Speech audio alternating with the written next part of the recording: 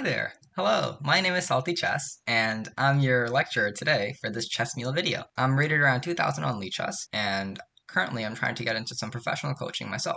Today is probably the first time you're seeing me, and for that very special occasion, Chess Meal has given me an excellent topic to cover. Very exciting one. Opposite color bishop endgames. Okay, yeah, maybe it's not that exciting, but they're still very important to learn. Why?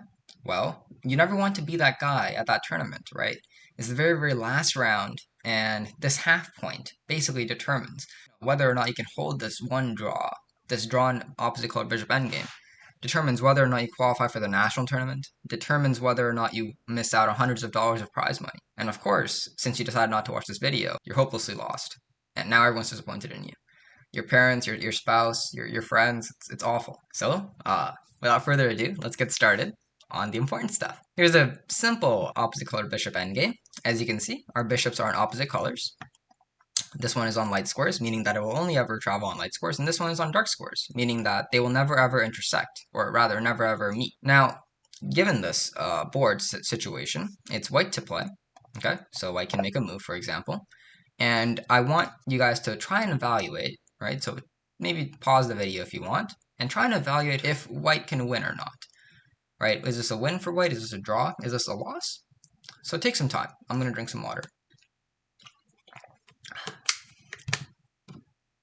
Okay, so hopefully you were able to quickly identify that white cannot lose. Since black only has a bishop, even if somehow white were to go on a crazy rampage and give up all of his pieces, right, give up his bishop and his pawn, this would still be a draw because of the fact that black cannot checkmate with just a bishop. Now, in the game, what happened was white tried to go for a win with the move a6.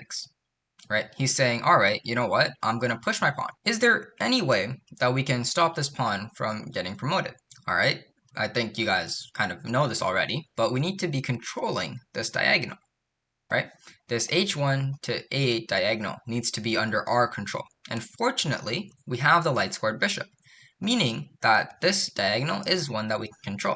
Especially important since the promotion square is also a light square, which means that ultimately we'll have control of whether or not this queen will get to live. So in this situation, we can simply calmly play the move bishop to f5, getting ready to come here to e4. Now, is there a move that white can play to stop it? Yeah, there is. White can try king to f3. This now controls the square and stops the bishop from coming here. However, it also ultimately puts this king on this diagonal, which sets us up for a very nice tactic. The question I'm going to ask here isn't whether or not you can find the tactic, but what square you would like this bishop on to now control this diagonal, now that e4 is no longer possible. So take some time here again and try and figure it out.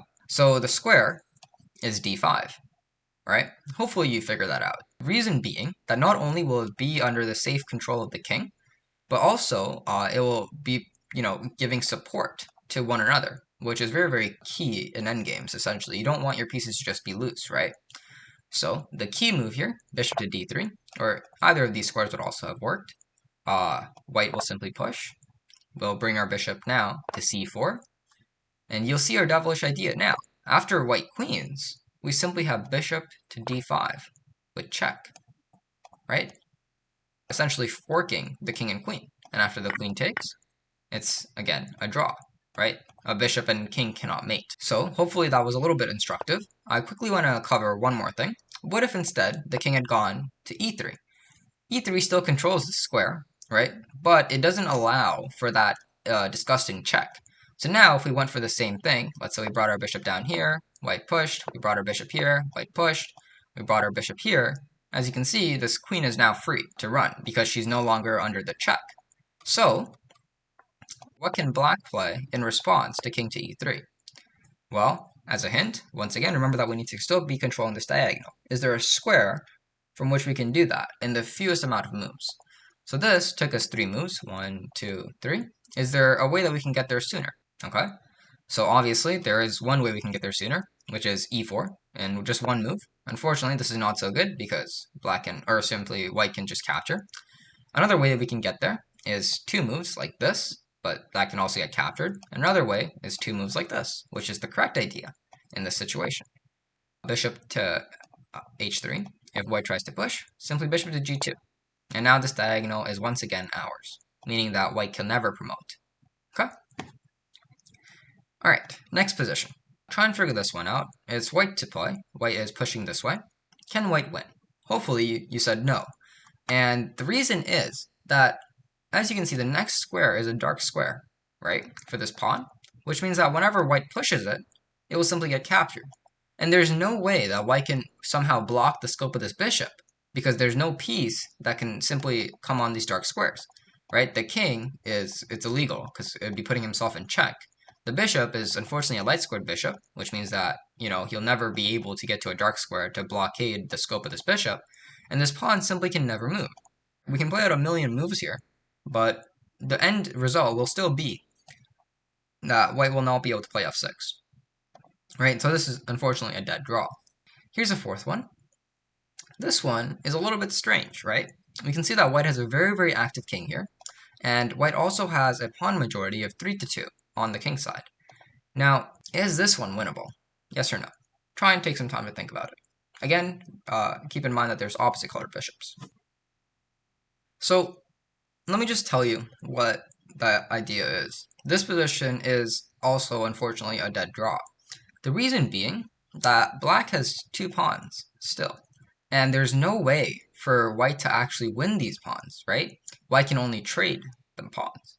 Now, at the end, ultimately, when all the pawns have been traded, black will simply give up his bishop for the very, very last pawn. So let's say that these 2 pawns get traded for these 2 pawns, and white has a passed pawn now. Unfortunately, black will simply be able to just capture it at one point or another, and basically trade in this bishop for that pawn, leading us to this position that we had earlier. So, f4 maybe, bishop to a1, no point rushing anything, f5, simply bishop moves again, we trade all the pawns, sure, that's great, etc. And no matter how hard we try, even if we try and be sneaky and get this pawn past us, black will always have control of this long diagonal, meaning that we can never really push, right? This pawn is never going to be able to move, unfortunately. Alright, so now that we looked at some drawn endgames, I figured we'd change things up a little bit, since we're about a third of the way through the lesson, and take a look at this instead. Now, here is a bishop endgame, right? Or an opposite color bishop endgame, where the pawns are separated for white and clumped together for black. Now, this isn't good or bad, it's all very, very situational, but in this position, white actually has a winning idea here, and I want you to try and find it. So definitely pause the video here, spend at least 30 seconds on it, please, and then come back. You'll get a lot more out of it that way.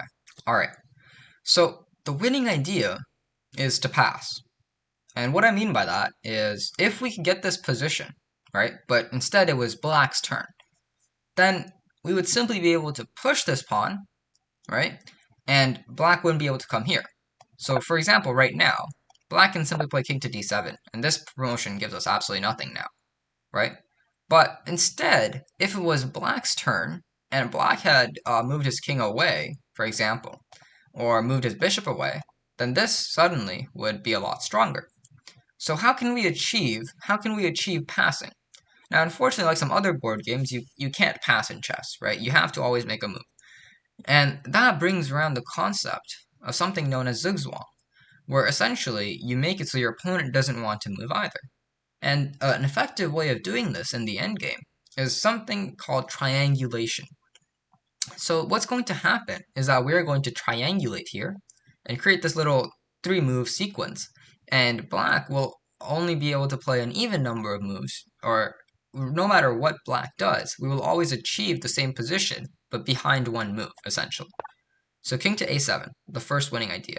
The bishop is under attack. Where would the bishop go? Let's say bishop comes back here. Okay. Now, simply king b8 wouldn't work, because now the bishop simply comes back and we repeat. So instead, we play the move king to a8. And now, regardless of what black does, let's say that black moves the bishop again, we have now achieved this same position, and it's the same position that we had at the start, but now it's black's turn to move, which actually means that black is completely lost here. You'll notice that we control these squares, meaning that the black king can't come any closer. So let's say that the black king moves away. This is the simplest win, simply c7, c8, right? And after we trade here, we can simply come up and pick up this pawn and then win the game. Now, alternatively, let's say black makes it a little bit more difficult. They move their bishop somewhere. Still, simply c7. And after the bishop tries to defend, we just queen once again. And we're going to go and pick up this pawn and win the game. So, an interesting position, I think. And I hope that you learned something out of here. Mainly the idea of triangulation in an opposite colored bishop endgame. Can be very, very useful. Second position here. It's black to play this time, and I challenge you to try and find a win here. So, the winning idea is once again in the pawns. As you can see, these pawns are very, very close to promotion. Unfortunately, we can't quite push a3 yet, right? We would love to push a3 and maybe even a2, or if black captures, then we get a passed pawn like this. But currently, white's bishop is there, meaning that if we push a3 ever, we simply cannot push here, as white would simply capture. And now we're the ones that are defending for a draw. And I don't even know if we can draw from here. I think we can, since both of these squares are white, but it's definitely not easy.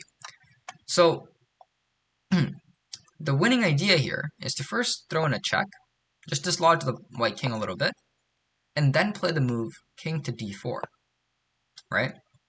White is never really threatening to push anything, and what we have here is an incredible situation where we'll simply be able to tunnel in all the way to c2 with our king, and then find a win there.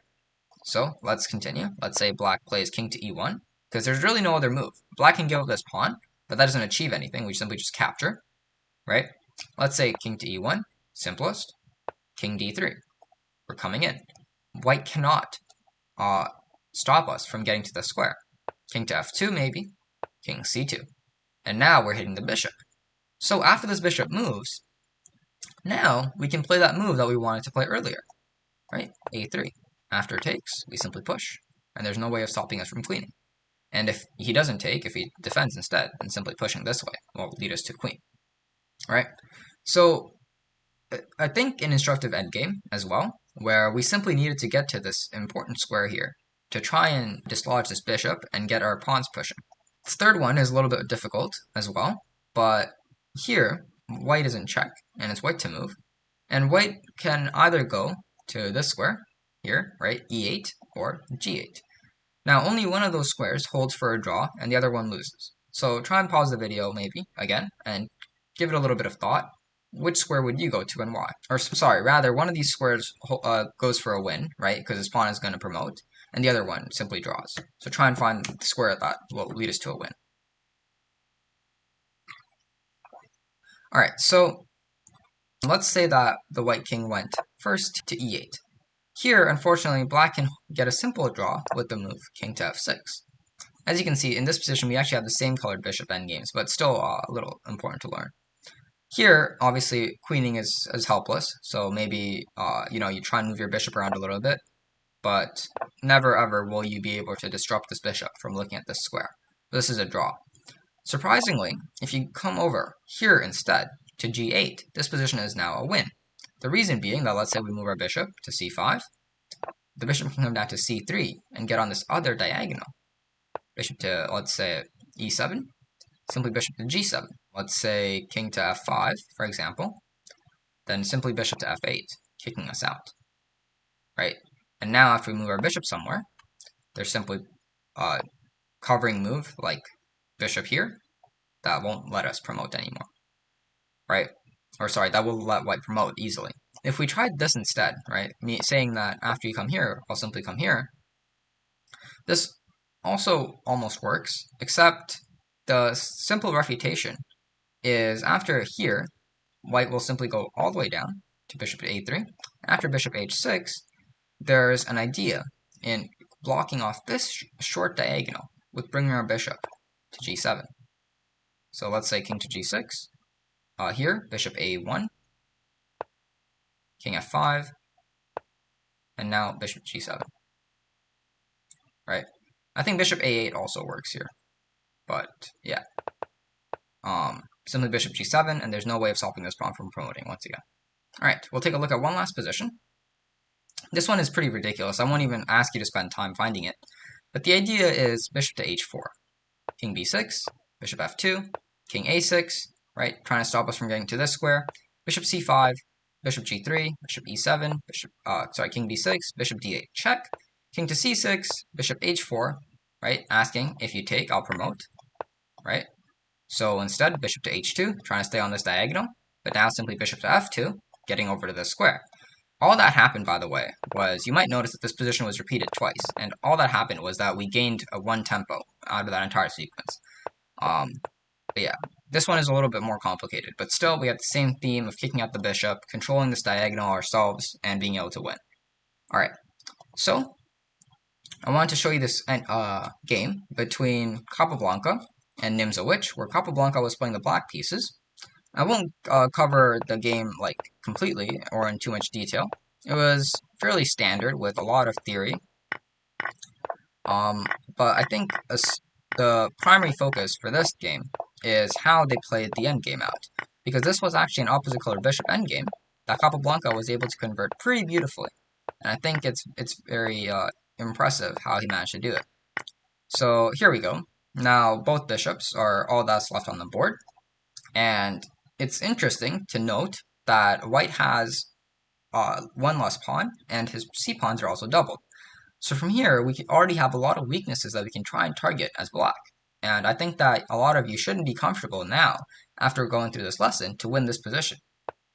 King to e6, bishop to b8, going after our pawn, simply a5, covering the square completely. And even if black tries to target us with something like bishop to c7, then b5 will be the winning idea. The idea being that if white captures, we'll simply be able to catch this pawn, but black will have difficulty catching this one. And just to illustrate that, let's say black comes down, white pushes, black comes here, and again, this pawn can never really cross into the light squares, whereas this pawn will have very, very easy time promoting. Oh, maybe not. My bad. Okay, so we have to watch out for that, but this pawn is still very, very strong, and this king will be tied down to it, meaning that we can probably play on other sides of the board with these two pawns here, for example, to try and find a win. Okay, anyways, we have king to e1, king d5, king d2, bishop to d7, going after this weakness, bishop to c7, finally attacking this pawn, and now king to c6. White cannot take this pawn, because it would be a simple blunder of just the bishop, right? So instead, white plays bishop to d8, b6, solidifying, c4, king to b7, opening up the bishop. After king c3, we simply take the pawn, and now it's overwhelmingly winning. I think you would agree. We simply start pushing our pawns, and white can do nothing but, hopelessly watch as black basically runs over the position, slowly but surely. And that's how a lot of opposite colored bishop endgames will go, regardless of whether or not you win or draw. It'll be a matter of relentless pushing with a lot of footwork, essentially, needed. And white can never capture this because this pawn will promote. So white must instead shuffle back and forth. However, this king will eventually get over here and force the white king out. And we might even get some sort of checkmate here, right, on the last rank. All right. That was it for today's lesson. I hope that you guys enjoyed it. I know that it wasn't maybe the most interesting, but I hope that you were still able to learn something. And I truly do believe that opposite colored bishop endgames and same colored bishop endgames are very, very important to understand and learn. And I hope that today's lesson has taken you a step further on that path. Good luck with your chess, and thank you so much for watching. This has been Salty Chess from for Chessmia. Thank you so much. Have a good one.